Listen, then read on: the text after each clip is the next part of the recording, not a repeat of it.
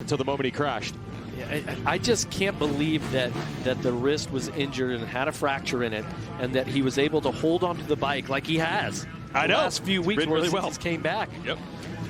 All right, so Jeremy Martin, that is going to be it for his season. That's our 250 class. We get ready for 450 Moto 1, 40 riders, 30 minutes and 2 laps. Dylan Ferrandis was your fast qualifier today for the 3rd time this year. He is, of course, your points leader coming in. It's Peyton Mid with our Fly Racing 30-second card. Eli Tomac, Ken Roczen were 2nd and 3rd fastest in qualifying. That's their gate picks. A lot on the line here. It's not as close in the points in the 450 class it is in 250s, but 6 motos still to go. You see with J. Martin, anything can happen. It's a 12-race, 24-moto championship. We are not crowning the champion today. That's right. There is still a ton of racing left. 30-second card, sideways. Revs are up. Gates down at Ironman. Joey Savacci going to lead them into the first turn. Can he hold it coming out? He does it on the 17, the Rocky Mountain ATV MC WPS KTM. He has struggled with starts all year. Finally improved them at our last race, and now he's got the lead. But look at Ferrandis. You don't often see him up front like this early. He's right there in 2nd. And the championship contender, 2nd points, Roczen, looked like he was about 6th. Tomac in 3rd. He comes into the picture. We've got Sexton back there. Tomac on the inside of Ferrandis. Going to be side by side for 2nd as we jump downhill. And I think Tomac's going to try to finish the move here. Oh, Ferrandis just holds it on the inside. And they almost got Savacci. Well, Savacci, we had a comment from him earlier that, you know, it really had to do with his starts. This last few races of the year, yeah. And now he goes out, grabs a whole shot, and puts himself in a good position. These are your 2 fastest qualifiers here today, so Savacci's going to have his hands full trying to keep the lead. But hopefully that can put a little pressure on him, and he may surprise himself and lead some laps here. Look at this battle. Ferrandis and Tomac really scrapping it. A couple of times Tomac had an opening and almost made the move. And then, as you mentioned, Sexton is there in 4th. He wants to get in this fight as well, and he just did. He's right there with Tomac. Now that's Roczen. Oh, that is Roczen. That was out of nowhere, so he was behind Sexton. He's past him. He's past everybody. He's down to the inside on Tomac. This inside was better earlier, yep. Never, ever doubt Ken Roczen on the first lap of a race. His first lap speed is unbelievable. What we're seeing him 6th, 7th. Meanwhile, Ferrandis goes for the lead on Savacci. And Roxon's going to try to follow him through. Side by side with Savacci. 3 wide. Savacci coming back on Ferrandis. Nice. Wow, look at the scrub that Roczen put on right there. He drugged the foot peg on the Honda. 3 wide, they come out of this corner as they hook onto the start stretch. They're crossing each other up. Savacci, Roczen. Roczen gets around Savacci. He's going to go to the inside. Almost had a line. No, he made a mistake. No, he still is going to take the lead. How is that possible? Whoa, they almost come together, and Roczen has come from about 7th to 1st. And listen to the horns and the crowd here at Ironman. They're going ballistic as Roczen goes from, I'm going to say 6th or 7th through the first turn to leading in a lap. Unbelievable. I just thought it was Sexton because if you look at timing and scoring, Sexton was the next rider behind Tomac, but Roczen had already passed everybody. Even timing and scoring cannot keep up with Ken Roczen. That is how fast he is going here at Ironman. We can measure down to the thousandths of a second. It's not enough, but Ferrandis is not done. He's challenging Roczen to try to take the lead back. Tomac lurking in 3rd. He's got around Savacci as well. Hey, this is a great scenario. Roczen, Ferrandis, Tomac up front early. He'll take it every time. Well, Ferrandis, he has been the guy to beat. Obviously, he's your points leader. Last race we had, he goes out and wins the race really convincingly. And remember, the first motos have really gone Roczen's way. Second motos have been favored a little more towards Ferrandis. But now we also have the 3-time champion, Eli Tomac, who he has found something here today also, a track that he's won at. He wants to get in the mix also. Yes, Tomac was the overall winner here last year at Ironman Raceway. Ferrandis right back there with Roczen. Wheel to wheel again. Roczen's on the inside. Ferrandis going to try to run the high line. Going to get a good drive into these rollers. Can Ferrandis get it done? Oh, they almost almost come together. Ferrandis to the lead. Hey, he was totally committed. He was getting bucked on some of those braking bumps. He was totally committed. There was no way he was going to be able to stop. Either Roczen moves out of the way and slows down, or they were going to collide. Okay, so Roczen going to have to reset the attack. Tomac lurking there as well. This is spectacular. Lucas Oil helicopter cam showing you just how close these three are. We have more than 25 minutes plus 2 laps. I mean, we're just getting started, and these riders are letting it all hang out. I personally think the track is in excellent condition right now, meaning that it's just rough enough to where that there's some lines that you got to be smart. Your bike's got to work good, all these things, but it's not so rough that it becomes one line. You can really go just about anywhere on the track. And that's what Tomac's trying to do. He's got completely different lines than Roczen, although now he will slide in behind him. Savacci and Webb having a scrap of it in fourth. You saw that as they all jump back downhill. Roczen on the attack, way around the outside. Hero line at work. I love the overhead shot right here. As a rider, I love seeing it because I'm like, okay, where are the lines? Where is the rider carrying more momentum? And, you know, what's working, what's not? Roczen has really reset the attack on Ferrandis. Will we see another pass between these two? And Tomac, you always have to respect it when he's back there in third. The Ferrandis trying to edge away now. Tomac to the inside on Roczen. Well, that outside line that Roczen just used right there, remember, in the 250 moto, Jeremy Martin was, oh, here Roczen we go. Got that jump just like Jet Lawrence did in the first moto. He got over the top of that hump, turned it into a double, and he almost gets side by side with Ferrandis. But it looks like the next double after that, the outside is better. So it looks like to jump over that sort of roller, you have to be on the right. But then the next obstacle, you want to be on the left. So without being on the face of that jump and seeing where those ruts are, it's hard to tell. But Roczen's going to try to jump that and then move further out to the left next time.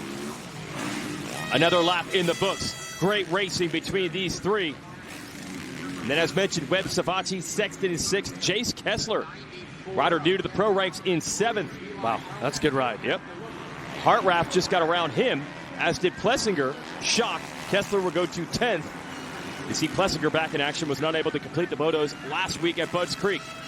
Now, is Ferrandis marching away, or are we just a few different lines away from Roczen getting back to him? We'll find out. Well, because of these parts of the track that have a lot of sawdust, right?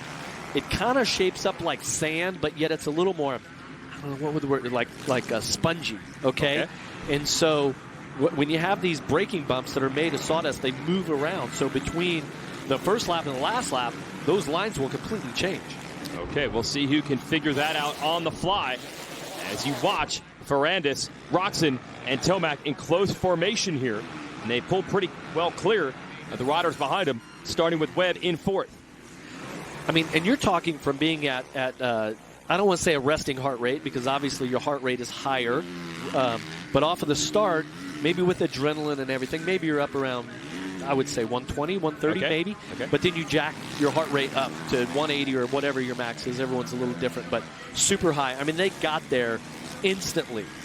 Okay, well, so now you're going, okay, so we kind of sorted things out. Yep. I mean, we're not even 10 minutes into the moto right now. So now you need to kind of manage your heart rate, and you're trying to figure out your lines. You're trying to see what's working and what isn't, and then put a charge on the last half of this moto. That's what you'd like to see, these three looking for lines, studying each other, setting each other up. Tomac, he might be in position. He can get a run on the outside into these rollers. This is where Ferrandis got Roczen. Tomac not close enough. But see, Tomac is in this inside line, and in the 250 moto, that inside almost looked like it wasn't as good. Like it went away, it got some acceleration bumps in it. Now the line looks like it's smoother again. I look for Tomac to try to work that inside just before the finish line next time around on Roczen. Oh, he is eating so much roost. You want to put money on it? Okay, you want to put money on it? All right. If Tomac doesn't make the pass before the finish line, I'd say he makes it. How much should I get? $3. I'll buy you lunch. Okay. Its compound seems like a discount rate over here. So here we go. The number 3 of Tomac. You had a chance to put $3 on the line. You didn't do it. Here we go over this roller as we go to the Godzilla jump. Just when you think that maybe Ferrandis is about to march away, they get close to the Yamaha rider again, like right here. Yeah, what a great shot. And look. Oh, Roczen's right there, almost to make the pass. Bar to bar, they almost came together, and Roczen could not execute the jump. Well, Roczen has been really fast through that inside line right there, and I'm not sure what Ferrandis is doing going that far wide. I'm thinking that outside line had a big hook in it, and it came back across Roxon's line. I don't think that was anything intentional, if you will, but it certainly caused him to have to check up and miss that jump. Then what happens? Here comes Tomac. And I'm about ready to get a free lunch. I'm getting nervous right now as Tomac gets closer and closer. We'll give you a box in a box. This is another look at those two nearly coming together. Roczen on the inside. Yeah, so, he just kind of came across right there. That outside line was kind of blown out. Yep, and that's a scary downhill. But Roczen didn't clear it, but kept it on two wheels, and we reset the battle for the lead. Now Roczen getting closer to Ferrandis again. It almost depends on what section of the track we're looking at, who has the advantage. All right, well, get ready, because Fro's getting ready to give himself a free lunch right now. Or is it that I just don't have to buy you? No, I don't know. I never said I would do anything for you. But here it is. Not. Tomac's on the inside. Kenny's got it covered. All right, free lunch that we already get anyway is coming to me. Next weekend. Another free lunch for week. Okay, I'll just take yours, so I'll eat for two. So here we go across the start straight. When we get inside after Godzilla, I would think Ferrandis might have figured that out by himself. They're telling him that Alex Campbell is mechanic, but he would have saw how much ground Roczen made up there. Yeah, exactly, and he probably knows that for the fact that he ran into him last lap around. But that is great team strategy right there. Of course, they have multiple people on the team with radio headsets on, talking to each other, different team members around the track, watching what's going on, possibly somebody at the truck right now watching the broadcast and being able to relay that through the mechanic in the pit board. Let's see if he does it. Inside, there it is. Perfect. He did. So Roczen does not make up the ground this time. We actually saw, you don't actually see that type of advice on pit boards much, but it happened last weekend with Ferrandis also. I know you guys are not going to believe me. Cooper Webb is getting into the picture right now. He's only 4 seconds off. Lap time-wise, he is starting to close the gap. It was more than 4 seconds a lap ago. Cooper Webb is little by little finding his groove here in this championship. Send it down to Ryan Dungey. What's your thoughts on the number two? Well, I was watching him during practice today, and you could just tell things were clicking, and he was feeling more comfortable on the bike just out there in the track. His times were a little bit better, closer to the front, so got himself a good start, and he's creeping up on the boys here, so trying to turn things around. Hey, Dungey, what do you think has been holding Webb back the beginning of this championship? Was it kind of a hangover after the supercross battle, or what do you think it was? It's always tough to get inside and learn more about this, but it could be a little bit of the bike setup. Sometimes that's a big one. The supercross hangover, as you know, Jeff, it's mentally you push yourself to the limit in the supercross here. So coming into this, it could be that a little bit, but I'm not sure. I kind of pondered it myself, kind of wondered a little bit, but I got to say, it's just good to see him being at the front where he belongs, ultimately. Agreed. Well, meanwhile, Tomac, he almost used an inside line to pass Roczen there. I don't know if you noticed that, Jeff. I'm not going double or nothing. I've lost faith here in Tomac. I can't give up any more $3 lunches to you. How about this, though? We are looking at about 1 second between these three. Tomac, huge entrance speed into that left-hander. Roczen has been cutting it very close. He'd almost passed Ferrandis earlier in the Moto in that corner. So they have two different things they want to do at the same time. I mean, these fans here at Ironman, they were lined up at 6:30 in the morning to get free donuts courtesy of Jet Lawrence. They are so fired up here today. And look at the race they're getting to witness. Oh, Roczen almost found a line to get Ferrandis, who had to look it over on the jump to see if he had enough room to cover the inside line, and he just barely did. So it is back on here at Ironman Raceway. Every time you think Ferrandis is about to put time into these guys, they come right back to his rear fender. Well, and you want to settle in. Once you get the lead, you want to settle in, kind of find your groove, and just, focus on the end of the race. But the way that Roczen and Tomac are riding right now, nobody gets a chance to get comfortable. You're going to have to stay focused, and you're going to have to hammer it all the way to the checkered flag. Yeah, because you can see the pressure that's being applied. Tomac on Roczen. He's tried this inside a couple of times. And then this next straightaway, we have actually seen some passes through here. They both got that pop. And they both drift to the left side. Yeah, and this straightaway just has jump after jump, and you have to slow down, right? You have to accelerate, decelerate. Oh, Tomac right there. And that's why I'm Roczen saying those those bumps, those braking bumps that are sawdust, they move throughout the moto. They change, where if it was clay, they're going to kind of be the same way. They may get bigger, but the sawdust is really difficult. Goes to the inside again. Nope. Roczen just able to hold it back about 4 laps in a row. There's been an exchange in that corner. Now Tomac's going to switch to the outside. This is where they're going to hook onto the start straightaway. And it seems like everybody kind of calmed down for a little bit. I said, everybody, your top 3. Now they've upped the intensity once again, and Webb has fallen back a couple seconds from where he was at. Oh, look at Tomac, a new line. He sliced underneath Roczen. Now, Roczen had been close to the inside in that corner. Tomac did it one step better, and he's into second. And I don't owe you a lunch because he passed him in a different spot. Now the question, Jeff, can Tomac, can he make the move on Ferrandis? That one little exchange between those two has allowed Ferrandis to open it up just slightly. We're halfway through this moto. 15 minutes, you'd save 50% or more on your insurance. Just call Geico. And we're already 15 minutes down in this one. Time flies when you're watching a fun battle between 3 of the titans of Lucas Oil Pro Motocross. Can Dylan Ferrandis extend it, or is Eli Tomac just getting going? Dylan Ferrandis, Eli Tomac, Ken Roczen. Hard to pick a favorite out of this group. They all have their strengths and weaknesses literally in each part of the track, lap by lap. Roczen will close on Tomac. Tomac will close on Ferrandis. Ferrandis will pull back away. And it's been about this close the entire distance of the race. 12 minutes plus 2 laps to go. If you had to put your money on a rider right now, you think Ferrandis keeps it? I've done enough gambling in this moto, man. I'm already... You're good. Yeah, you know my first move. I quit when I'm ahead and then put it into a high-yield savings account. So here is Ferrandis through these rollers. He's going wide in this corner, and you know what Tomac likes to do? No. Ferrandis has enough gap, and Tomac went wide. Yeah, Ferrandis just looks like he's doing it really easy right now. And yes, it's close, but it also looks like he's not putting out any extra energy, if you will, right? And remember, it's super hot here today. The humidity's pretty bad. We saw that shot of Jet Lawrence, your 250 Moto 1 winner. Like, he looked pretty depleted after Moto 1. So Ferrandis doesn't look like he's going to give any more energy than what he has to. And he has the ability. I mean, he's the guy this year, okay? So he knows exactly where the competition is. You only have to win by a couple seconds, right? You don't have to win by a mile. I think that he's managing the race really well. Now we're going to get into some lap riders. See him take a look back. Who's back there? Okay, it's Tomac, and then Roczen's back there.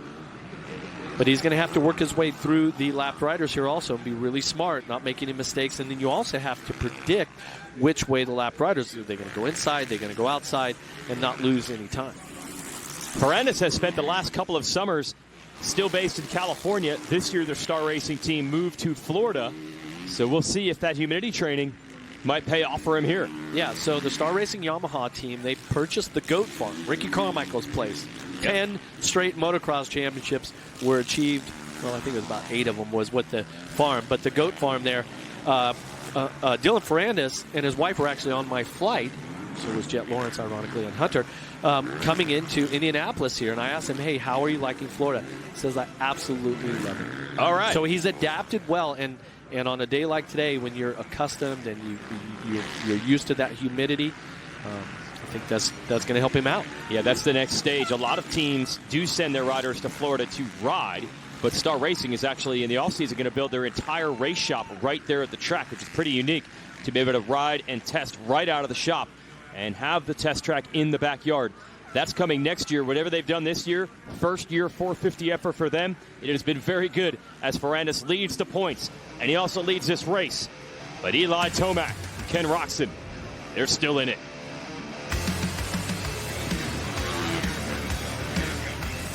Fight for the lead here. Ironman Raceway continues. Eli Tomac all over Dylan Ferrandis. There's some news here. We're missing several riders from this 450 field. Dean Wilson's been struggling with Epstein-Barr all summer. He's out for the weekend. Marvin Muscan tested positive for COVID. Max Anstey, they're out for the weekend. Christian Craig had a crash last weekend. He's out as well. But these two are still here, Ferrandis and Tomac. And Ken Roczen not too far back in third. There is Ferrandis on the 14 with the red number plate backgrounds downhill. Tomac just stalking the entire way. 7 minutes plus 2 laps. It's pretty hot today, upwards of around 90 degrees. The humidity is really high, so it's going to make it feel much hotter. And fortunately for these riders, this track is it's pretty fast, right? There's no sections of the track where you're really like sort of just tiptoeing around a turn. That's when the heat starts to kind of sink in. You can feel it. But here, plenty of breeze, if you will. But the main thing is that they are just riding all out. And Tomac is having one of his best rides in a while. I mean, when was the last time he won a moto? He did the 3-second motos in a row. Yeah, but I think that dates back to Redbud, if I got that right, and Southwick as well. So that's a couple of races in a row with Washougal, Minnesota, and Unadilla and Budds Creek since he's won a moto. Yeah, Southwick Moto 2. He had won 3 straight second motos. This could be the first moto win for him. Here he comes. Oh, man, not quite close enough. It really is like sections of the racetrack. They will gain and lose time on each other in chunks on each lap. Both riders pulling a tear off as they go over the finish line jump there with this sawdust and this sort of soft topsoil. You really catch a lot of roost, especially through that area before the finish. A lot of sawdust down right there. It's a great thing here for the riders. I don't know how long it's been, 10, maybe even 15 years since laminate tear-offs were invented, right? So back in my day, you'd throw 7 tear-offs on. That was pretty thick. Nowadays, you can run 30 tear-offs in the same thickness as what 7 used to be back in the day. Let's send it down to Ashley Raynard. A lot of people have been talking about Dylan Ferrandis and this championship management, but when it comes to Dylan Ferrandis, he comes on the track to win each and every time. He doesn't worry about how many points he has on the championship. He just goes out to give it his best every time. And we also saw that at last weekend in Unadilla in Moto number 1. You saw him just catch up to Ken Roczen at the finish line. They were so close to each other, and he was extremely disappointed in that finish. So Dylan Ferrandis isn't thinking about this massive gap that he has on the championship. He's going to take every win that he can get in the season. Yeah, there's no championship management mode right now. He has Tomac all over him, and he is fighting for this moto win. Doesn't really have to worry about Tomac for points, but he's not thinking about that. He wants the race wins. They're starting to pull away just a bit from Roczen. Yeah, it should be about 2 seconds between first and third, but you see Roczen's at a 2.9, so just a tad bit off. Let's see if he can regroup, because they've done that throughout this moto. They've kind of been like an accordion. They've spread out, and then they tighten back up. And normally, even though the AMA officials, you see him right there in the background, has that blue flag waving, some of the lap riders don't always move out of that line, and the leader, gets held up a little bit. All right, we're going to strap in for the finale of this first 450 moto of the day. Tomac still working to figure out a way around Ferrandis. Ferrandis and Eli Tomac, it has been like this nearly the entire way. They were battling with Ken Roczen early. Both riders were able to get around. Roczen momentarily had the lead. Tomac up by him also, and you're just almost waiting for Tomac to figure out a way. He gets close to Ferrandis at times, but has not made a move. Well, you see last lap around, Tomac was actually quicker by a tenth. A little less than a tenth, but, in less than a lap, it's already, stretched it out a little bit again.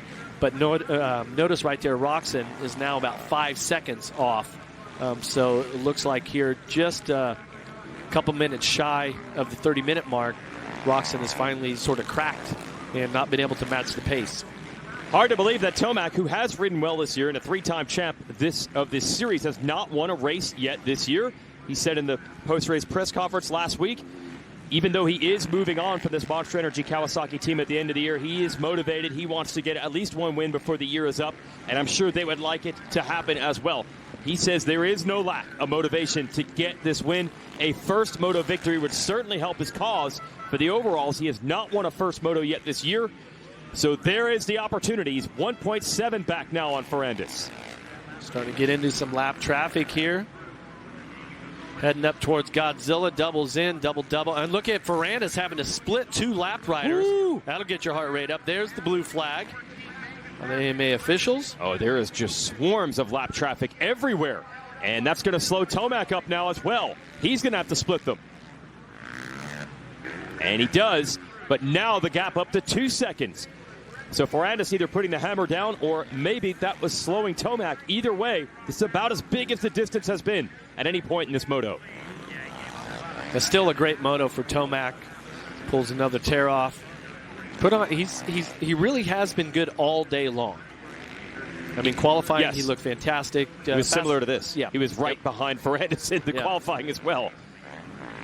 So one of the better first motos we've seen from Tomac this year. He also said post-race last weekend that the only thing he can really say about Ferrandis is the guy is just solid. They just haven't seen any weaknesses out of Ferrandis all year. And that includes right now, because suddenly that gap is opening up in a hurry. 3.4 seconds the gap. And here's Roczen after 2 lap riders coming through in third. And countdown clock's at 0, so we should get the 2-lap board. It's going to be pretty close. Yeah, there's Ferrandis through the rollers, so. Roczen really getting held up here. It's tough. These guys, I would assume, are battling each other for position, and they might not even realize the person coming up on them is not bad. Look, see, they're fighting for their own spots on the racetrack, having an epic duel with each other, and probably don't realize the third rider in the picture is not on the same lap as them. Let's see if they yield now. Blue flags were flying, and it looks like it's going to happen.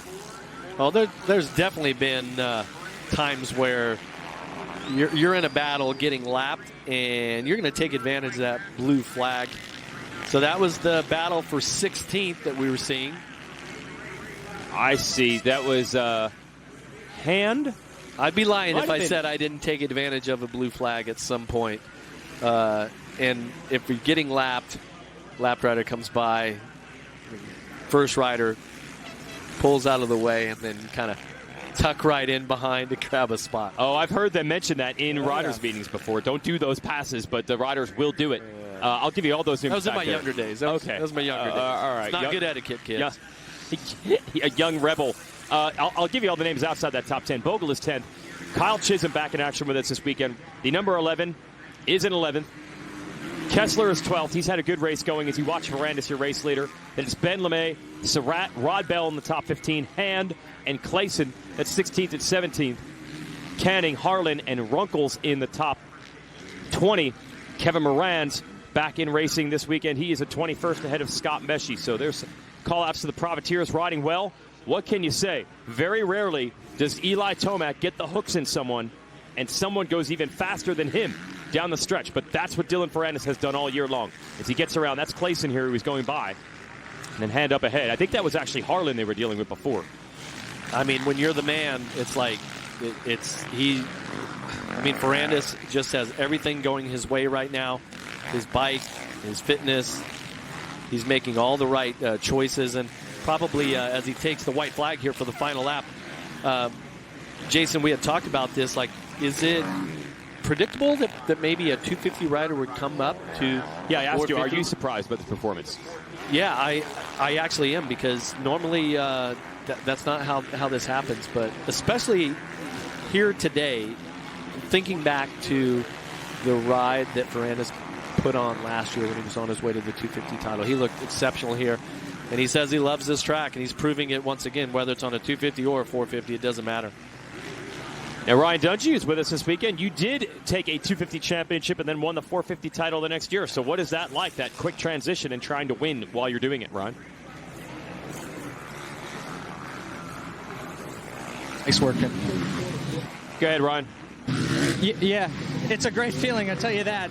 Your rookie year coming out and just things are clicking. I just see a lot of things that I went through that are just, Ferrandis, the bike setup looks good. He's fit. He's living in the moment, just making the most of every situation. And he's arguably the toughest guy out here on the track. And so it's a good spot to be in, and he's just taking it race by race. But it's so new to him. It's early in his 450 season or his 450 career. So these wins are super special at this point. And I think he can get this championship even more. And also a rookie season for the team. This is Star Racing. They raced the 250 class for Yamaha. Yamaha handed them the factory effort. They've done a lot of work on that motorcycle. They say they've stripped about 10 pounds off of last year's factory Yamaha bike. They said it took a lot of weight first out of the exhaust, and then it's just grams, ounces of every other part. And they're not worried about reliability. They say a lot of the technology they had to take weight off, they had already used in the 250, so they weren't worried about the bike breaking. Everything they've done has worked so far. And Dylan Ferrandis has done the work here in Moto 1, and he definitely deserves this win. Great ride. Yes, huge pressure from Roczen and Tomac. Once again, Dylan Ferrandis overcomes all. He wins the first moto here at Ironman Raceway. He's shaking his head like he's just, like, I can't believe it. And I mean, well, what's really interesting, especially, he has shown a lot of respect to Eli Tomac and what it takes to outlast someone who is that strong and notoriously fit down the stretch. So I bet you there's a little extra pride in having the number 3 behind you the whole way and winning. Yeah, definitely. And the fans here have been outstanding. I mean, look at all the fans that are here by the podium area. I mean, they were pretty loud there for the 250s. Now Dylan Ferrandis is going to get to experience that. Cool down zone here. Tomac and Ferrandis pulling in. Roczen taking the number 3 spot in this moto. And already the prep time for Moto 2 begins. There's Nastasia, that is Ferrandis' wife. And they're already going to try to get their rider cooled off and ready for our second moto in a little over an hour. But right now, that is a hard-fought battle. It's just like what we saw at Jet Lawrence in the 250 moto. You got to win here, you're going to earn it. Yeah, no doubt.